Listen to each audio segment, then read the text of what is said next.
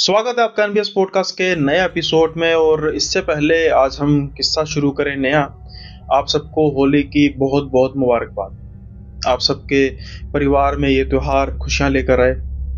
मैं उम्मीद करता हूं कि आपने अपने रिश्तेदारों के साथ, अपने चाहने वालों के साथ ये होली काफ़ी अच्छे तरीके से मनाई होगी और अपने दोस्तों के साथ। हाँ, दोस्तों से याद आया कि एक शख्स है जो शायद अब कभी अपने दोस्तों के साथ ना होली मना पाएगा, ना कभी दिवाली मना पाएगा, ना कभी कोई और त्योहार मना पाएगा। त्योहारों को तो छोड़ें, वो ना उनके साथ मिलके बातें कर सकता है, ना उनके साथ घूम फिर सकता है। दूसरे शब्दों में कहे कि वो चाहकर भी अपना कोई दोस्त बना नहीं सकता, वो अकेला है। ऐसा बदनसीब इंसान, क्या है इसका किस्सा? क्या ऐसी घटना हुई जिसकी वजह से उसको ये डिसीजन लेना पड़ा, या फिर ये डिसीजन जो था उसका अपना नहीं था? जब भी वो कोई दोस्त बनाता है उसको वही कुछ दोबारा झेलना पड़ता है जो उसने एक बार झेला। ऐसा भी क्या किस्सा है निखिल का। ये कहते हैं कि मेरा जो पढ़ाई है वो एक बड़े छोटे से गांव में मैंने पढ़ाई की। अब जो मेरा गांव था वहाँ पर जो स्कूल था वो सिर्फ मिडिल क्लास तक था। मिडिल क्लास माने तो 8th क्लास तक। अब 10th करने के लिए, 9th और 10th करने के लिए मुझे दूसरे गांव में जाना पड़ा जो हमारे गांव से कुछ ही दूरी पर था। लेकिन एक समस्या थी कि उस समय जो हमारा परिवार था वो काफ़ी ज़्यादा गरीब था। अभी साइकिल तक की हमारे पास गुंजाइश नहीं थी कि हम साइकिल से मैं जा सकूं वहाँ पे। तो अब मेरे पास और कोई चारा नहीं था, मैं जाता था पैदल।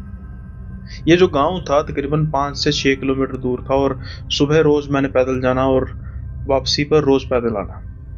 ये तो एक बात हुई, लेकिन साथ के साथ ही एक था अकेलापन। किस चीज़ का? कि भाई बड़ी अजीब बात थी कि मेरे जो सहपाठी थे उन्होंने 8वीं के बाद शिक्षा ही नहीं की ग्रहण। तो अब उस स्कूल में मुझे अकेले जाना पड़ता था। या यूं कहें कि हमारे इस गांव में मेरे सिवा कोई और था नहीं जो उस स्कूल में पढ़ने जाता था। तो सुबह जाना भी अकेले, वापस भी अकेले आना।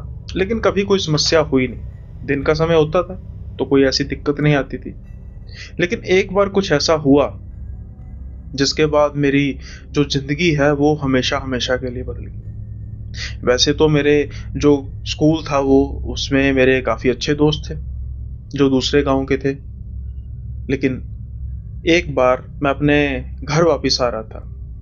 अब मैं गांव की उस जगह पर चल रहा था जहां पर तकरीबन तकरीबन सन्नाटा होता है। दोपहर के समय में वहां पर कोई इक्का दुक्का मिल जाए तो बहुत बड़ी बात होती है। उसके पास ही, उस सड़क के पास ही एक छोटा सा जिसे हम पंजाबी में होदी कहते हैं, बनी होती है जिसमें थोड़ा बहुत पानी होता है और जानवरों के पीने के लिए होता है। कोई जानवर आए तो उस पानी को पिएगा। थोड़ी सी ऊंची थी। मैं देखता हूं कि वहां पर एक लड़का बैठा हुआ था। अब जैसे जैसे मैं उस लड़के के पास आता जा रहा था, मेरी हैरानी की जो सीमा थी वो तो बढ़ती ही जा रही थी। अब ऐसा भी क्या था? जैसे मैं उसके पास आया, उसको ध्यान से देखा तो मैं दंग का दंग रह गया। क्योंकि जो ये शख्सियत थी, जो ये चेहरा था, इसको मैं पूरे 1.5 साल बाद देख रहा था। और ये कोई और नहीं, मेरा जिगरी दोस्त था अमित। मैं जैसे ही उसको देखता हूँ, हैरानी और खुशी दोनों एक साथ मेरे में आती है कि 1.5 साल पहले मेरा दोस्त अमित गुम हो गया था। गांव, सारे आसपास गांव ढूंढे गए, पुलिस ने भी ढूंढा, ढूंढ ढूंढ कर यहाँ तक कि उसके पिता इतने बीमार हो गए, उसकी माँ इतनी बीमार हो गई, उनका तो जीना मुहाल हो गया। और आज मेरे सामने मेरा दोस्त अमित बैठा हुआ है। ये मेरा दोस्त, जिगरी दोस्त था, सबसे ज्यादा मुझे प्यारा था। मैं तो बस उसको देख के खुश होता हूँ। भाई तू तू कहाँ से? अरे हमने तो सोचा था कि तू मर गया होगा। मेरी तो खुशी का ठिकाना ही नहीं था। लेकिन इस खुशी में मैं एक चीज तब भूल चुका था कि जो मेरा सामने दोस्त है उस पर तो कोई भी किसी तरीके के हाव भाव थे ही नहीं। वो बिल्कुल आराम से मुझको टकटकी लगा के देखे जा रहा था। वहीं दूसरी ओर मैं उसका कंधा पकड़ता हूँ, उसको नीचे करने के लिए, उस हौदी से नीचे उतारने के लिए। एक चीज जो मुझे उस समय महसूस कर लेनी चाहिए थी मैं उस समय महसूस करता नहीं हूँ। जैसे ही मैं उसके कंधों को पकड़ता हूँ, वैसे ही मुझे महसूस होता है कि जैसे किसी मैंने बर्फ की सिल्ली को हाथ लगा दिया, इतना ठंडा कंधा। लेकिन फिर भी अभी दोस्त को मिलने की खुशी, या एक कैसे कह सकते हैं कि खुशी का शौक था मुझे, शौक लगा था खुशी का। 1.5 साल तक जिसे हम ढूंढते रहे वो हमें मिला नहीं, और अचानक आज कैसे बैठे हुए मिला है। हाँ, उसके जो शरीर की हालत कुछ ज़्यादा अच्छी नहीं थी, वो एक हेल्दी था लड़का, लेकिन जब आज मैं उसको देख रहा था तो वो काफ़ी ज़्यादा पतला था, काफ़ी ज़्यादा सूखा हुआ था। उस पर, उसके स्किन पर, जगह जगह उसके फेस पर, उसकी बाहों पर हल्के हल्के काले रंग के निशान, धब्बे लगे हुए थे, जो मेरी समझ के बिल्कुल इतर थे, परे थे। लेकिन अभी क्या ये समय था इन बातों को पूछने का। मैं कहता हूँ कि भाई तू कहाँ था, तुझे पता है हमने तुझे कहाँ कहाँ नहीं ढूंढा। अरे तेरे माँ बापूजी तो मरते मरते बचे हैं, आज भी वो सही तरीके से अपने आप को संभाल नहीं पाए।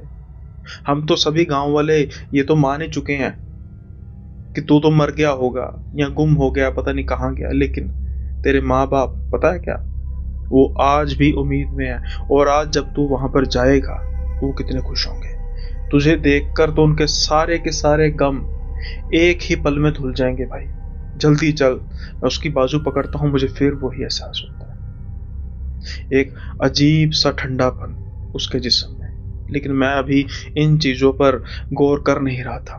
मेरा तो सिर्फ एक ही मुद्दा था कि इतनी देर तक अमित, 1.5 साल तक अमित कहाँ पर गायब रहा, और दूसरा अब वो आ गया है तो जल्दी से घर जाए।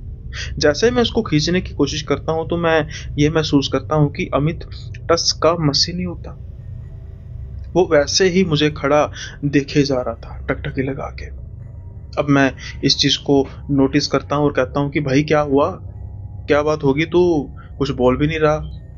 अरे तुझे मुझे मिलने की खुशी नहीं है, चल जल्दी से घर चलें। लेकिन अब अमित बोलता है कि नहीं, घर नहीं जाना, घर नहीं जाना। मैं पूछता हूँ उससे कि भाई क्या बात हुई, तो वो कहता है कि अगर मैं घर गया तो बहुत बड़ी समस्या हो जाएगी, घर नहीं जाऊंगा।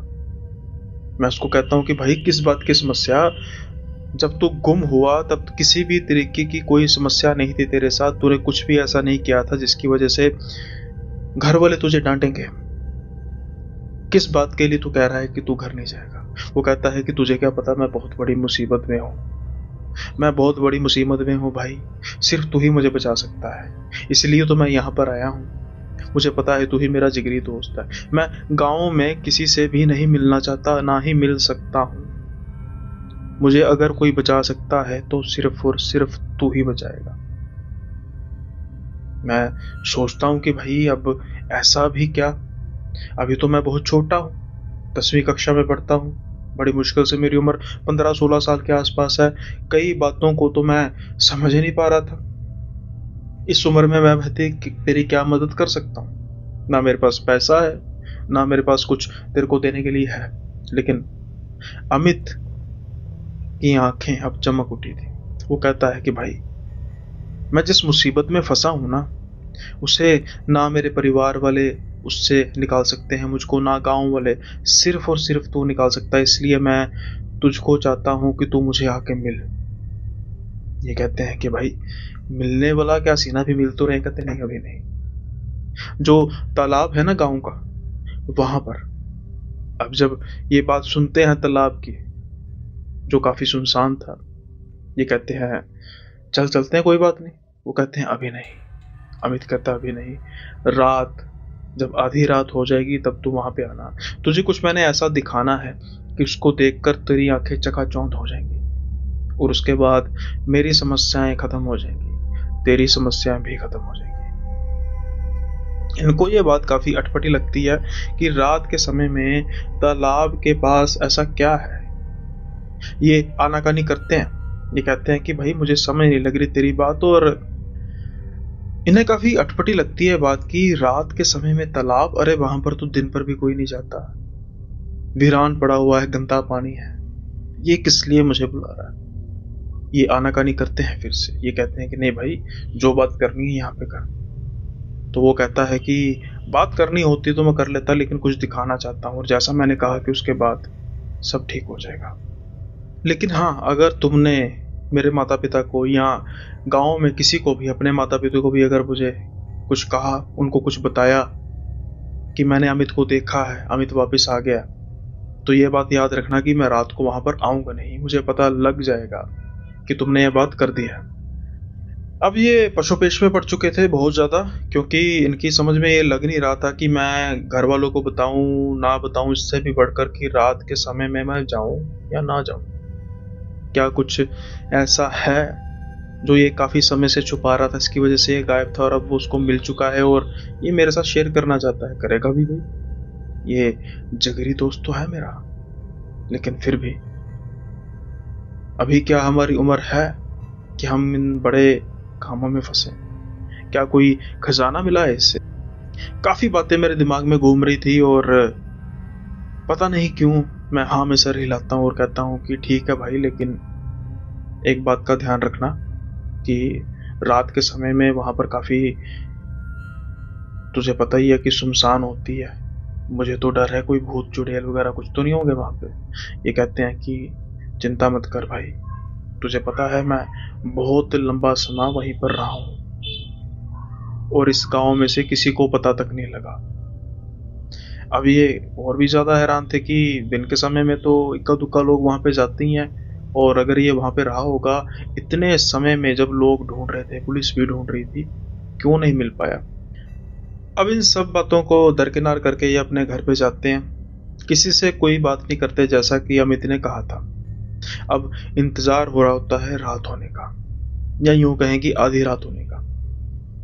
अब गर्मियों के दिन थे, तकरीबन सभी छत पर सोते थे, और जैसे कि मैंने कहा कि इनका जो घर था वो काफी ज्यादा ये गरीब घर से थे, तो यहाँ तक कि इनके घर में तम पंखे तक नहीं थे।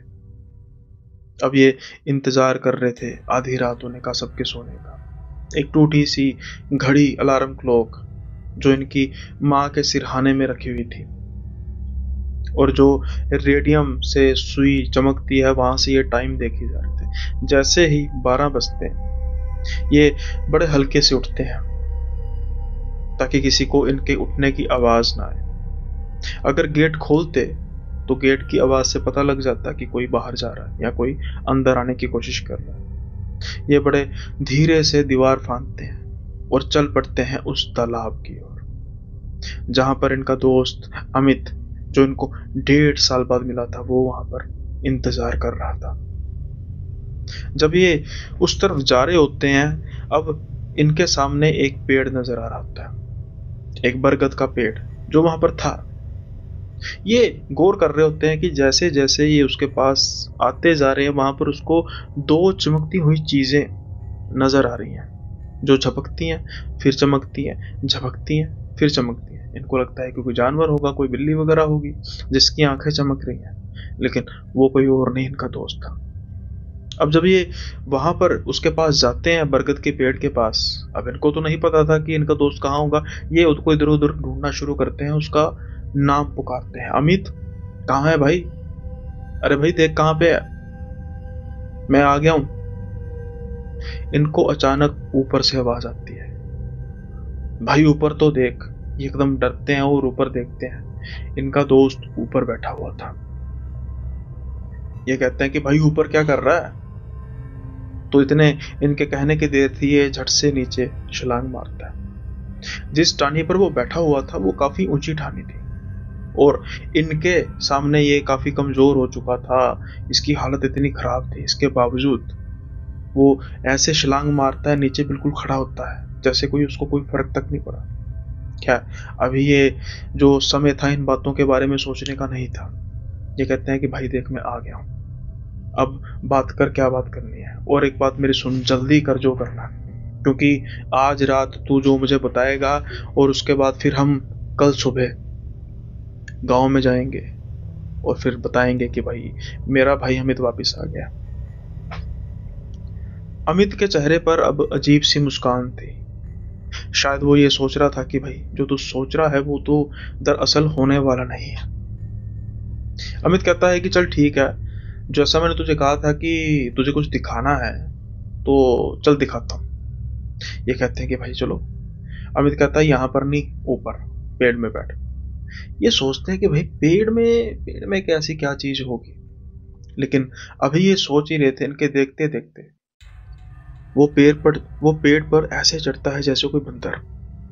ये काफी हैरानी से देखते हैं कि भाई जितना मर्जी कोई इंसान फुर्तीला हो, उतनी जल्दी पेड़ पर चढ़ नहीं सकता। अब ये जितना हैरान थे उतना डर रहे थे अपने दोस्त अमित की हरकतों से। अब अमित उस तरफ चढ़ता है और इनको कहता है कि भाई जल्दी चढ़, तू क्या सोच रहा है? ये तो बस यही सोच रहे थे कि जितनी जल्दी ये चढ़ा है मैं कैसे चढ़ पाऊंगा। अब ये बरगद के पेड़ के पास जाते हैं और धीरे धीरे उसकी जड़ाओं को पकड़ कर चढ़ना शुरू करते हैं। लेकिन कुछ ही समय बाद एक हाथ नीचे आता है जो उसके दोस्त का था। वो कहता है मेरा हाथ पकड़, तुझे ऊपर खींचता हूं। और वो इनको ऐसे ऊपर खींचता है कि जैसे किसी ने अपने हाथ से फूल को उठाया होता है। क्या इतनी जान किसी इंसान में हो सकती है, वो भी उसमें जो मुझे इतना कमजोर लग रहा था, जैसे ऐसे लग रहा था कि शायद मुश्किल से ही जान बची होगी इसके अंदर। अब मैं उसके साथ डाली पर बैठा हुआ था। अमित मेरी तरफ देखे जा रहा था बड़ी ही अजीब तरीके से। मैं कहता हूं कि भाई अब मुझे बता कि क्या दिखाना है और क्या ऐसा राज है जो पिछले 1.5 साल से तू गुम था। अमित मेरी तरफ देख के मुस्कुराता है और आंख का इशारा करता है ऐसे करके, यानी कि थोड़ा सा साइड पे करके कि पीछे तो देख। जब मैं डाली के पीछे की ओर देखता हूं, मुझे एक आकृति दिखाई देती है। अब शायद मैं सोचता हूं कि मुझे वहां पर नहीं जाना चाहिए था इस उम्र में, क्योंकि उस समय मैंने जो कभी सोचा ना था वो हुआ। वहां पर एक औरत बैठी हुई थी। ये औरत तब तो मैंने देखी नहीं थी जब मैं पेड़ पर चढ़ रहा था, जब मैं अमित से बात कर रहा था। ये कैसे आई? उसका जो मुंह था मेरी तरफ से दूसरी तरफ मुड़ा हुआ था। लंबे लंबे बाल उसके मुझे साफ दिखाई दे रहे थे। मैं फिर से अमित की तरफ देखता हूँ। मैं कहता हूँ भाई ये कौन है? क्या तुझे इसने पाला है? किसी ने तुझे ध्यान से देखा? क्या तुझे इसने ही पाल पोस कर बाद में इतनी देर तक तूने संभाला तुझे?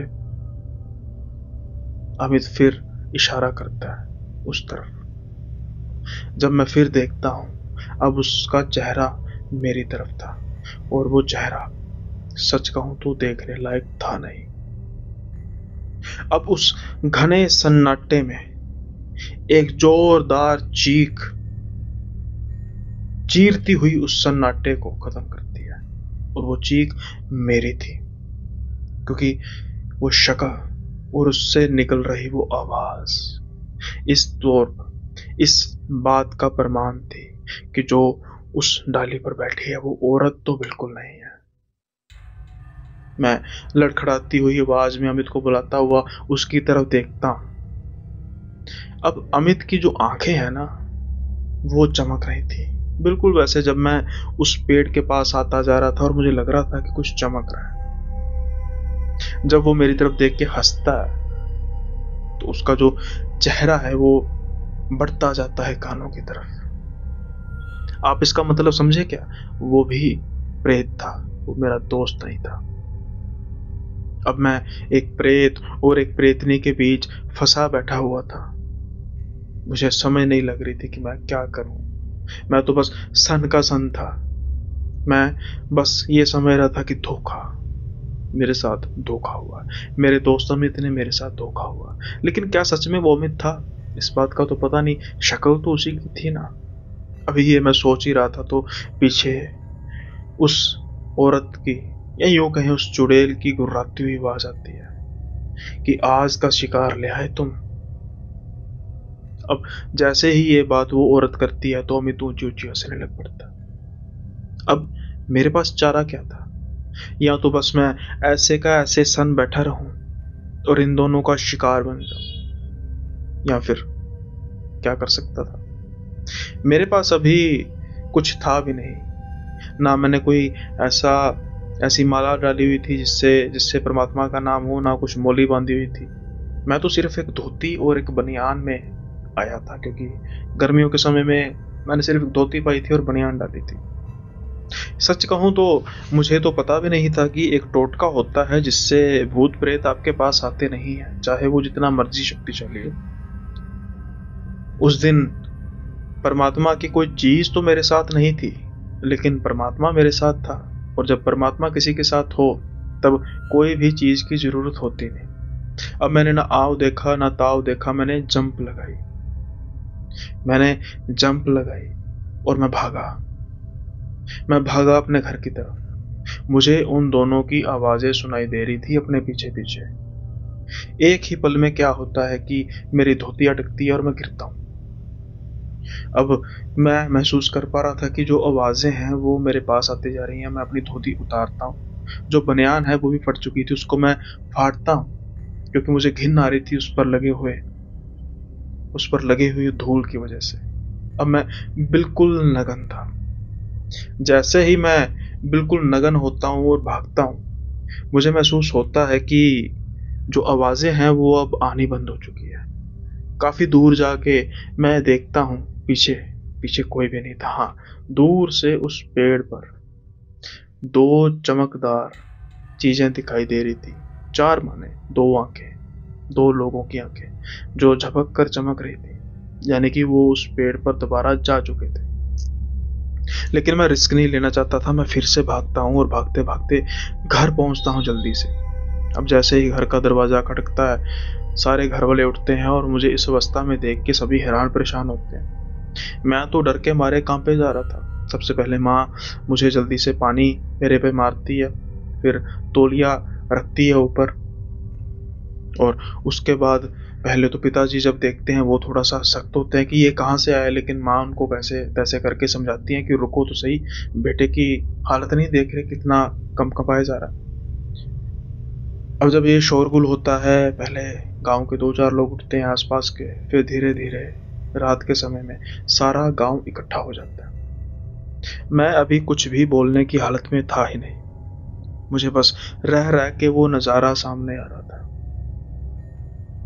जब ये हाल मेरा देखा जाता है तो आनन फानन में गांव के जो पंडित जी थे उनको बुलाया जाता है। फिर वो गंगा जल छिड़कते हैं, थोड़ा बहुत टोटका करते हैं, कुछ भी जो हमारे सनातन के हिसाब से होता है, मोली वगैरह सब कुछ। कुछ देर बाद मैं जब अपनी सेंसेस में आता हूँ तो फिर मैं बताता हूँ सब कुछ जो मेरे साथ हुआ। कैसे अमित मुझे रास्ते में मिला, कैसे उसने कहा कि नहीं, किसी को नहीं बताना, तू रात को मेरे से आके मिलना। और उसके बाद जो मेरे साथ हुआ, जो मैं शिकार बनते बनते बचा एक प्रेत और एक प्रेतनी का। कुछ लोग इस बात पर विश्वास कर रहे थे, कुछ नहीं कर रहे थे, लेकिन इस बात का प्रूफ क्या था कि मैं वहां पर गया था। जब सुबह हुई तो जो मेरे कपड़े थे वो वहां पर मिले, लेकिन खून से सन, जैसे किसी ने खून से उनको निचोड़ा हो। क्या बातों ही बातों में मेरा खून निकल चुका था, वो मेरा खून निकाल रहे थे। मुझे कमजोरी बहुत महसूस हो रही थी। क्या आप जानते हैं कि पूरा 1.5 महीना लगा मुझे बिल्कुल ठीक होने में। पहले जो लोग पिछले 1.5 साल से अमित को ढूंढ रहे थे, उम्मीद करते थे कभी ना कभी उनको अमित नजर आएगा और वो अपने घर आ जाएगा, अब सभी दुआ करते थे, समेत उसके माँ बाप, कि वो कभी किसी को नजर ना आए, क्योंकि अगर वो नजर आ गया तो फिर जो मेरे साथ हुआ है, मैं तो बच गया। लेकिन क्या हर की इतनी अच्छी किस्मत होती है कि वो बच जाए? हाँ, लेकिन मैं बचा कैसे? उस समय परमात्मा का नाम तो मैं जप रहा था, लेकिन वो भी इतनी हड़बड़ाहट में। एक चीज आपने गौर की, उस समय मैं पूरा नग्न हो गया था। ये बात मुझे काफी समय बाद जाके पता लगी कि जो ये भूत प्रेत होते हैं, जब कोई नग्न अवस्था में बिल्कुल आ जाए तो फिर ये उसके आसपास आते नहीं। कितना सच है कितना झूठ है इसके बारे में मैं कह तो नहीं सकता, लेकिन हाँ, इतना जरूर बता सकता हूँ कि ये मेरे साथ हुआ और शायद मैं बचा भी इसी कारण से। अगर मैं उस समय अपने कपड़े उतारता ना, या इस हालत में पहुंचता ना कि मुझे अपने कपड़े उतारने पड़े, तो फिर शायद मैं भी उसी पेड़ पर बैठकर किसी शिकार की तलाश में इंतजार कर रहा होता। इंटरेस्टिंग।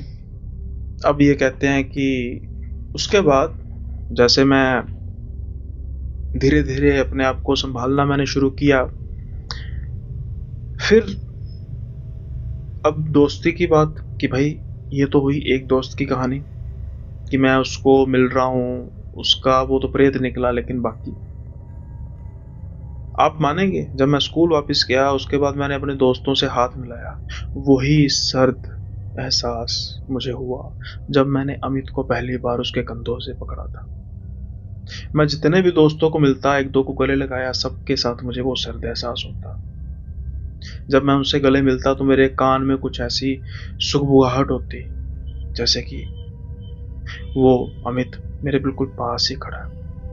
मुझे पहले लगा कि मेरे साथ अभी नया नया वाक़या हुआ है, तो हो सकता है कि ये मेरा वहम है। लेकिन उसके बाद मैं हायर एजुकेशन के लिए कॉलेज गया, कोई दोस्त नहीं बता सका। जिसके भी साथ हाथ मिलाता हूँ ऐसा ही महसूस होता है। जिसके साथ मैं दोस्ती कर भी लेता हूँ मुझे ऐसा महसूस होता है कि वो अमित है, क्योंकि वो बातों बातों में कुछ ऐसा बोल जाता है जिससे मुझे पता लगता है कि ये अमित है। शादी हो चुकी है, बच्चे भी हैं, माँ बाप अभी भी जिंदा है, लेकिन दोस्त ना मेरे दोस्त हैं, ना मैं उनको कभी बना सकता हूँ। तो जैसा मैंने कहा कि एक बदनसीब इंसान जिसकी होली, जिसका दिवाली, जितने भी त्योहार है, सुख दुख दोस्तों के बिना गुजरता। आई होप आपको ये किस्सा पसंद आया होगा, और अगर आपको ये किस्सा पसंद आया है तो इसको लाइक करना मत भूलिएगा, चैनल सब्सक्राइब कर दीजिए, न्यू व्यूअर्स हैं, और जो रेगुलर व्यूअर्स हैं वो भी नहीं करते, वो भी कर दीजिए। अब हम बढ़ते हैं अगले किस्से की ओर। मानव यूं तो गांव में रहते थे, लेकिन काफ़ी एक होनहार छात्र थे और किसी एंट्रेंस एग्ज़ाम की तैयारी कर रहे थे। अब होनहार छात्र मैंने इसलिए किया था कि लगभग लगभग इन्होंने जो तैयारी थी वो अपनी कर ली थी, बिना किसी कोचिंग के, बिना किसी एक्स्ट्रा हेल्प के। अब समय आ रहा था इनका टेस्ट देने का, जो दिल्ली में था। जो गांव था दिल्ली से तकरीबन 400 किलोमीटर दूर था। अब ये सोचते हैं कि ऐसा करते हैं कि एक हफ्ता पहले मैं दिल्ली जाता हूँ, वहाँ जाकर जो मॉक टेस्ट होते हैं उसको मैं अटेम्प्ट करूँगा, ताकि थोड़ा सा मुझे पता लग जाएगा कि कितना पानी में हूँ मैं। अच्छी सोच थी। अब ये अपने घर से काफ़ी ज़्यादा संपन्न थे, किसी भी तरीके की कोई समस्या नहीं थी। काफ़ी पैसों का जो था इनका अच्छा था, काफ़ी बड़े ज़मींदार थे इनके पिता। लेकिन कभी इनके पिता, कभी इनकी माँ भी बहुत ज़्यादा किसी बड़े शहर में गए नहीं थे, व्यस्तता की वजह से। अब जब ये अपने माँ बाप से बात करते हैं कि आपको तो पता ही है कि टेस्ट देने के लिए मुझे दिल्ली जाना पड़ेगा, मैं ये सोच रहा था कि तकरीबन हफ्ता 10 दिन पहले वहाँ पे चला जाऊँ और फिर वहाँ पे जाके मैं तैयारी करूँगा टेस्ट की। जब ये माँ बाप उस बात सुनते हैं तो बस नॉर्मली बात होती है कि हम भी तेरे साथ चले, इसी बहाने हम भी दिल्ली चले जाएंगे, हम भी देश की राजधानी घूम लेंगे। अरे भाई, हम इतनी बिजी होते हैं कि हमारे पास तो समय होता नहीं है, इसी बहाने चल पड़ेंगे तेरे साथ। अब मानव ये बात सुनकर काफ़ी खुश होता है, क्योंकि वो गाहे बगाहे अपने माँ बाप को कहता रहता था कि कभी इस गांव से बाहर भी निकल कर तो देखो दुनिया क्या होती है। लेकिन वो थे कि मानते नहीं थे। हाँ, मानव को एक छोटी सी समस्या थी कि मानव के जो पिता है ना, वो थोड़े से कंजूस थे। अब मानव सोचता है कि भाई यहाँ पर हम गाड़ी से जाएंगे, जो उन्होंने प्रोग्राम बनाया था अपनी कार से, लेकिन बाद में फिर वहाँ पर जाके पिताजी कंजूसी बड़े करेंगे। मानव ने इनको पहले ही चेता दिया था कि पापा देख लो, कंजूसी मत करना। माँ भी कहती है कि हाँ सुन लो जी, अगर आपने कंजूसी कही तो हम आपको वहीं पर छोड़कर वापस आ जाएंगे। अब हंसी खुशी में ये बात चल रही थी, और ये बात जब होती है तो उसके बाद ये पहुंचते हैं गाड़ी से पहुंचते हैं, और जब दिल्ली में एंटर कर लेते हैं तो रात का समय हो रहा होता है और काफ़ी भीड़ होती है। मानव ने भी इतनी भीड़ पहली बार देखी थी, मानव के माता पिता ने भी। उसको खासी दिक्कत हो रही थी गाड़ी चलाने में इतनी भीड़ में। फिर भी जैसे तैसे मानव गाड़ी चला के एक होटल बुक करने की सोच रहे थे, और चाय पीने के लिए रुकते हैं कि भाई होटल जाने से पहले हम चाय पी लेंगे, क्योंकि उनके पिता इस चीज़ को लेकर परस्यू कर रहे थे। वो कहीं ना कहीं जानते थे कि होटल की चाय महंगी होती है, क्यों ना नॉर्मल से जो होता है वहीं पर पी के काम गुजारा जाए, क्यों ना जो नॉर्मल सा ठेला होता है वहाँ पर पी के ही अपना गुजारा कर लिया जाए। मानव की माँ और मानव भी मंद मंद मुस्कुराए जा रहे थे कि बात तो यही है। अभी देखना थोड़ी देर बाद कहेंगे कि खाना भी यहीं आसपास से खा लेते हैं, कि भाई होटल में महंगे खाने के पैसे बच जाएंगे। अब जब मानव ये अपने परिवार के साथ चाय पी रहा था और मानव देखना शुरू करते हैं रूम वगैरह, होटल तो उन्होंने अच्छा ही देखना था। फिर देखते हैं कि कोई जो होटल का रूम है उसका प्राइस 15,000 है, अच्छे होटल की बात कर रहा हूँ। किसी का 20,000 है, किसी का 10,000 है। जैसे जैसे उनके पिता सुनते जा रहे थे, उनको तो जैसे मिनी हार्ट अटैक होता जा रहा कि भाई इतने महंगे होटल में क्या करना है, अरे ये तो सारे साल का किराया होता है किसी घर का। फिर उनके पिता को याद कराया जाता है कि ये हमारा गांव नहीं है, ये दिल्ली है, यहाँ पर एक दिन का इतना किराया ही होता है। अचानक से मानव का ध्यान एक ऐसे होटल पर जाता है जिसकी जो फीस थी वो तकरीबन, यानी कि जिसका रूम का रेंट था वो तकरीबन 3,000 रुपये के आसपास था, और वो जो रूम देख रहे थे काफी बड़े रूम थे। इनको तो विश्वास नहीं आता कि भाई इतना सस्ता कैसे मिल सकता है। अब ये होटल में फोन करते हैं कि भाई हम 3 जाने हैं, हमें एक एक्स्ट्रा बेड की जरूरत पड़ेगी, और जैसा कि आपने यहाँ पे लिखा हुआ है कि 2500 है, क्या आप हमें एक तो रूम्स की फ़ोटो भेज सकते हैं, प्लस साथ के साथ ही कि चार्जेस क्या होंगे, यहाँ पर तो 2500 शो कर रहा है, उतना ही होगा, अगर है तो हम आए। वो कहते हैं कि सर 500 एक्स्ट्रा लगेगा और 3,000।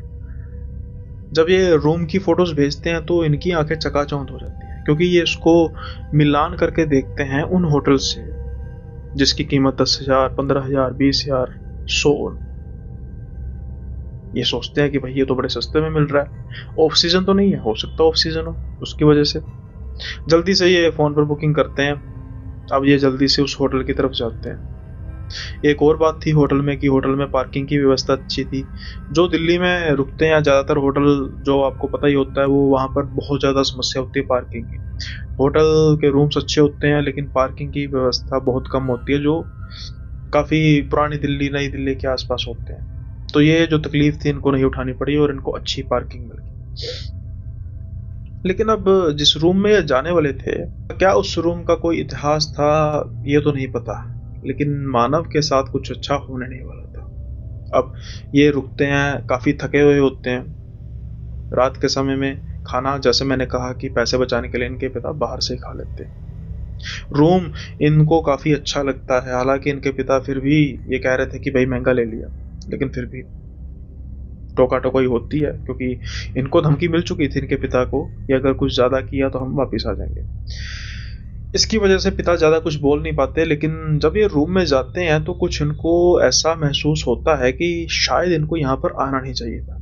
क्या कुछ वहाँ पर ऐसा गड़बड़ थी, क्या कुछ गंदगी थी, क्या कुछ नज़र आया? ऐसा कुछ था नहीं, लेकिन बस एक इंट्यूशन आई कि नहीं, यहाँ पर रुकना नहीं चाहिए।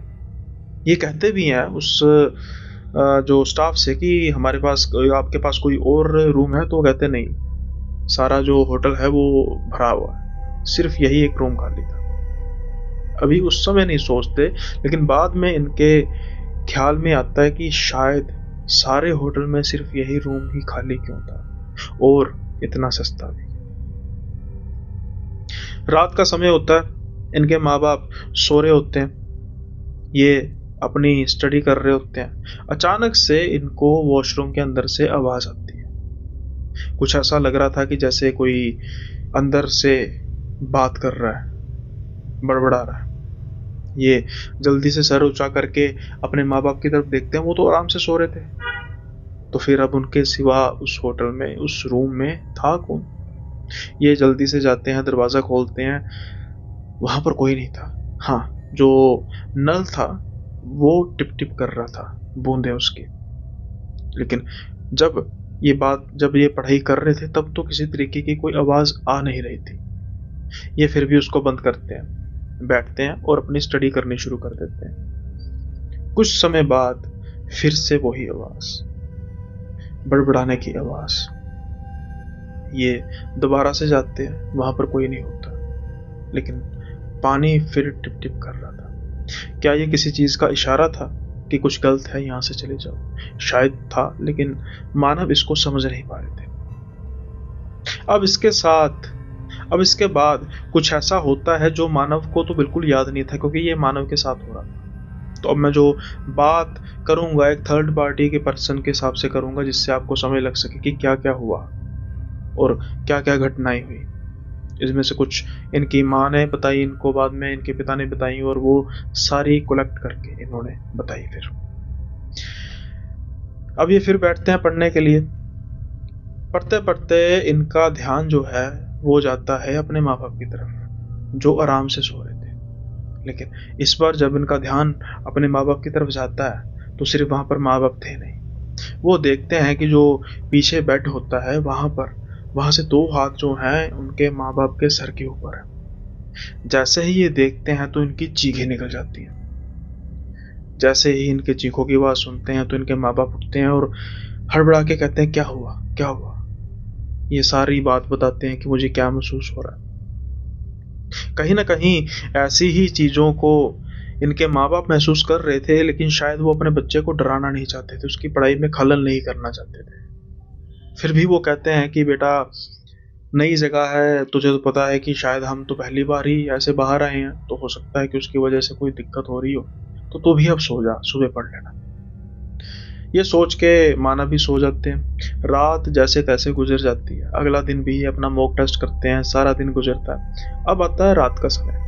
रात के समय जो अब इनके साथ हुआ मानव के साथ, ये कभी सोच भी नहीं सकते थे। रात के समय में ये डिसाइड किया जाता है कि भाई हम होटल में ही खाना खाएंगे। अब ये है शुद्ध वेजिटेरियन, और होटल में जो मेन्यू था वो भी पूरा वेजिटेरियन था, कोई भी ऐसी नॉन वेज की चीज़ नहीं थी। अब ये लुत्फ उठाना चाहते थे उन खानों का जो ये आमतौर पर नहीं खाते। चाउमीन हो गए, बर्गर हो गए, इस तरीके का फास्ट फूड।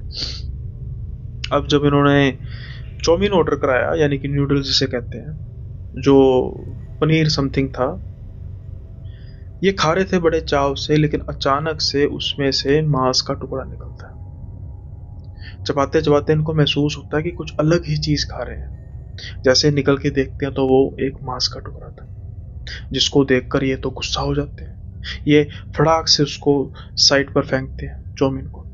अब इनके पिता गुस्से से फोन करते हैं रिसेप्शन को, और उससे बहसना शुरू कर देते हैं। रिसेप्शन वाला कह रहा होता है कि भाई साहब, हमारे जो किचन है उसमें नॉन वेज पकता ही नहीं है, सिर्फ और सिर्फ वेज ही वेज है।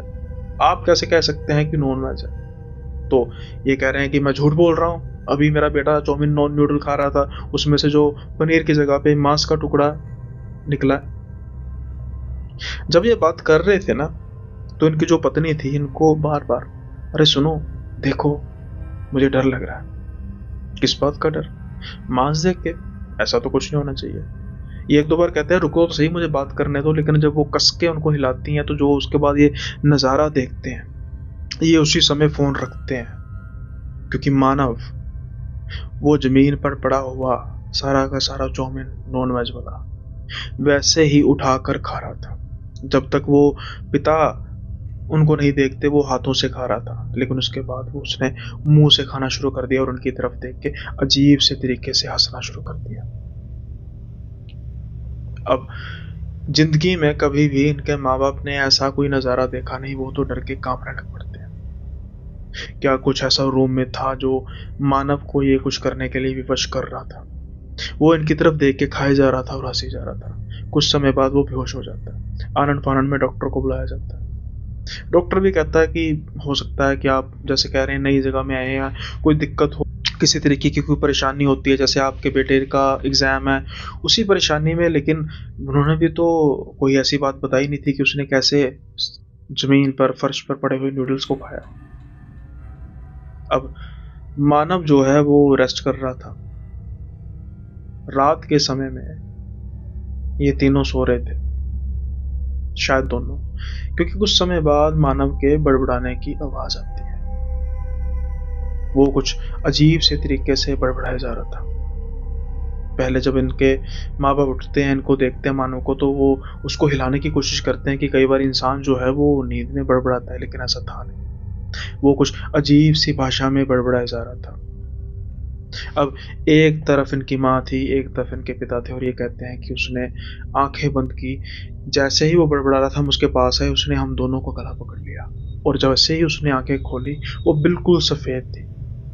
अब वो हंसने लग पड़ा। वो कह रहा था कि मुझे मांस चाहिए, मुझे और मांस चाहिए, और मांस खिलाओ। ये तो किसी भी तरीके से बोलने की हालत में थे नहीं। बस एक बात, इन्होंने मन में ही परमात्मा का नाम जपना शुरू किया। कुछ समय ये सिलसिला चलता रहा, फिर मानव बेहोश हो गया। शायद ये बात अब पक्की हो चुकी थी इनके मन में कि जरूर इस कमरे में कुछ ना कुछ है। अब ये रात के समय में डर के अपने पंडित जी को फोन करते हैं, जो गांव के पंडित जी होते हैं, और उनको सारी व्यथा बताते हैं। फिर वो पंडित जी कहते हैं कि घबराने की जरूरत नहीं है, जैसे ही मानव होश में आएगा आपने उसी समय ये रूम को छोड़ देना है। पैसों की परवाह नहीं करने की, मैंने 3 दिन का रेंट दिया, 4 दिन का रेंट दिया, और किसी और होटल में नहीं जाना। अभी के अभी जैसे ही मानव उठेगा मंदिर में जाओ, अगर कोई मंदिर बंद है तो गुरुद्वारे में जाओ, लेकिन धार्मिक स्थल पे ही जाना है। और जो भी वहां पर होंगे उनसे रिक्वेस्ट करनी है कि हमारे बच्चे के साथ कुछ ऐसा हो रहा है तो आप कृपा करके हमें सहारा दीजिए। ऐसा ही किया जाता है। मानव को हल्की सी होश आती है। रिसेप्शन के पास जाके इनके पिता कहते हैं कि हमें जल्दी से कैब बुक करा के यहाँ से जाना है। वो भी कह रहे थे कि हमें बताइए उसे क्या हुआ है। क्या वो जानते थे? शायद, क्योंकि वो बहुत ज़्यादा इनको मना करते नहीं। कैब आती है और फिर एक धार्मिक स्थल पर जाया जाता है, वहाँ पर मानव को रखा जाता है। अगले दिन जब मानव को सुबह होश आती है तो वो आसपास का नज़ारा देख के हैरान हो जाता है कि भाई मैं यहाँ पर कैसे आ गया। तो फिर उसको बताया जाता है कि बेटा तुझे पता नहीं कल क्या हुआ था? मानव कह रहा था मुझे नहीं पता। उनके माता पिता ये बातों को गुप्त रखना चाहते थे कि कहीं मानव गिल्टी में ही अपना एग्जाम जो है वो फेल ना कर जाए। अब अगले कुछ दिन मानव अपने परिवार के साथ धर्मशाला में रहा। जितनी देर वो रहा, बीच बीच में कुछ ऐसी हरकतें होती रहीं जिससे उनको लगता था कि मानव पूरी तरह से ठीक नहीं हुआ। वो पंडित जी से फोन करते रहे, गंगा जल का भी अरेंजमेंट किया गया, मौली भी बंधवाई गई। उसकी वजह से मानव ठीक रहा, टेस्ट उसका हुआ। जब वो वापिस आए गांव तो फिर पंडित जी ने बताया कि उस कमरे में 2 लोगों ने आत्महत्या की थी। मुझे नजर आ रहे थे, वो नजर आ रहे थे पंखे पर लटके हुए। शायद इसी वजह से वो कमरा इतना सस्ता था, बड़ा कमरा था, स्वीट जिसे कहते हैं। वो मानव पर हावी हो चुके थे। उन्हें भूख थी काफी सालों से मांस की, और वो मानव के रूप में उसको खा रहे थे। अगर कुछ समय और मानव और तुम रुक जाते तो हो सकता है कि तुम्हें मानव भी पंखे पर लटका हुआ मिलता। गनीमत थी कि जल्दी ही इस चीज से निपटारा हो गया। इनको टूर रास नहीं आया दिल्ली का, लेकिन हर जगह ऐसा नहीं होता। कुछ ऐसी जगहें होती हैं, हाँ, सोच समझ कर हमें स्टेप उठाना चाहिए। भाई मैं भी दिल्ली के होटल में रुकता हूँ। ऐसी चीज़ों से डर तो नहीं लगता, परमात्मा की कृपा है। मतलब डर इन द सेंस, जब इंसान अकेला हो तो कुछ अजीब से तरीके का हलचल तो दिमाग में होती है, लेकिन मैंने भी एक होटल पक्का रखा हुआ है। मुझे पता है वो होटल हॉन्टेड नहीं है, तो मैं जब भी जाता हूँ उसी होटल में जाता हूँ। रिस्क नहीं लेता भाई, मैं लेना भी नहीं चाहिए, क्योंकि अभी रिसेंटली भी मुझे होटल्स की कुछ जो किस्से हैं वो आ रहे थे। तो जो मेरा बिलीफ सिस्टम है उसको ये कोशिश कर रहे हैं कम करने के, लेकिन सब ठीक है परमात्मा की कृपा से। और आपको कहानी अब अच्छी लगी होगी जहाँ तक मुझे लग रहा है। इसी के साथ ही जो आज का एपिसोड है इसको विराम लगाएंगे, लेकिन अपना जो काम है वो कर दीजिएगा, जो मैं कहता हूँ बार बार क्या कहना। और फिर से आपको एक बार होली की बहुत बहुत मुबारकें। और साथ के साथ ही जैसा कि मैंने कहा कि भाई जो पिछले वीडियो में शायद आखिर तक लोगों ने सुना नहीं, मैंने क्या कहा था कि कमेंट में बताइए कि क्या नया होने वाला है अगले महीने, जरूर बताइएगा। मिलेंगे अगले एपिसोड में नए किस्सों के साथ, तब तक के लिए बाय बाय, अपना ख्याल रखिएगा।